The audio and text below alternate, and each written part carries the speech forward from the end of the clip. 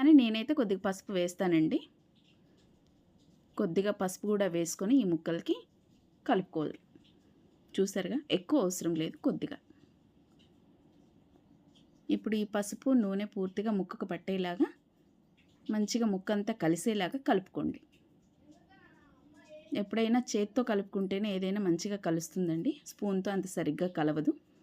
మంచిగా మీరు చేత్తో కలుపుకోండి. ఏదైనా మన ఇంట్లో చేసుకున్న పచ్చళ్ళు, మన చేత్తో చేసిన పచ్చళ్ళు మనకు ఎంతో సాటిస్ఫాక్షన్ ఇస్తాయి. బయట ఎన్ని డబ్బులు పెట్టి కొనుక్కున్నా మనకు ఆ తృప్తి రాదు. పసుపు అండి మేము తెప్పించుకున్నది. ఈ పసుపు మేము రామేశ్వర్ గైక్వాడ్ గారి దగ్గర నుండి తెప్పించాము. ఆదిలాబాద్ జిల్లా ఇచ్చోడు మండలం. అవునండి, ఇంతమంది రైతులు కష్టపడితే మన ఇంట్లో ఒక పచ్చడి అవుతుంది. ఇంకొన్ని వెల్లుల్లి రెబ్బలు